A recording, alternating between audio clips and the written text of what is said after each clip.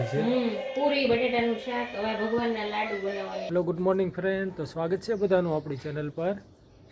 ને સંગીતા જો અહીંયા માથું વળવે છે. આજે સંગીતા આજે સંકટ ચોથ રહી છે તો તૈયારી કરે છે. ધાર્મિક અંદર રમે છે. આપણી બાઇક છે રેડી, તો હવે આપણે જઈશું કામ પર. જો આવી ગયો આમથી, એને એમ કે હું અહીંથી આવ્યો હતી અહીંથી. જો ધાર્મિક પૂછે છે કે આપણી ગાડી કેટલામાં આવી હતી. હવે ભાઈ એ ગાડી તો લીધી અને 12 વર્ષ થઈ ગયા, ખબર નથી કેટલામાં આવી હતી. તો જો એ ઊભો ઊભો બધી જાણકારી લે છે અને અત્યારમાં એને ક્યાંય હક નથી. ઠંડી છે તો જો બહાર આટા મારવા નીકળી ગયો.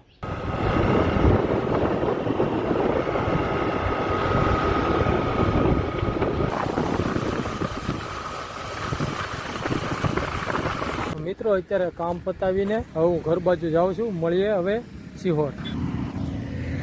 તો પેલા હેલ્મેટ પહેરી લઈશું. તો મિત્રો અત્યારે હું છે ને હવે આવી ગયો છું મારા ભાઈ બહેન ત્યાં શેવિંગ કરાવવા. દાઢી વધી ગઈ છે. જો ભાઈ શેઠ અહીંયા બેઠા છે મારી બાજુમાં. મિત્રો અત્યારે ઘરે પહોંચી ગયો છું અને આજે સંગીતા કે ચોથ રહી હતી તો જો પૂરી બનાવે પૂરી બનાવે છે. અમેરિકાના પૂરીનું કંઈ હોતો છે તો પૂરીનો લોટ બાંધે છે. સ્થાપના કરી છે ચોથની.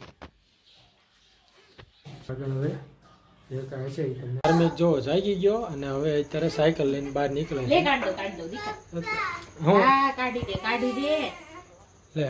મિત્રો અત્યારે બહારથી અત્યારે ઘરે આવ્યો છું. પાછો હું ધાર્મિક બહાર ગયા હતા અને જો આ ભવ્યાને ટિફિન લેવા ગયા હતા. હવે આવી ગઈ છે. ટીવી જોવા મળી છે, તારક મહેતા જોવે છે. અને અહીંયા જોવો તમે સંગીતાએ બધી રસોઈ લગભગ બનાવી નાખી છે. પૂરી બટેટાનું શાક હવે ભગવાનના લાડુ પછી હવે ચાંદ નીકળે ત્યારે મારે જમવાનું. તમે બધાય ઓ પૂરી જો કમ્પ્લીટ થઈ ગઈ છે. બટેટાનું શાક તો પૂરી બટેટાનું શાક કમ્પ્લીટ. ભાઈ આજે મજા આવશે ધાર્મિકને હમણાં બધાય. તો સંગીતાની આજે સંકટ ચોથ. તો સંકટ ચોથમાં ગણપતિ દાદાને પ્રસાદી ધરશે અને પછી અમે લોકો પ્રસાદી ખાઈશું. ધાર્મિકે જો ચાલુ કરી દીધું છે. જો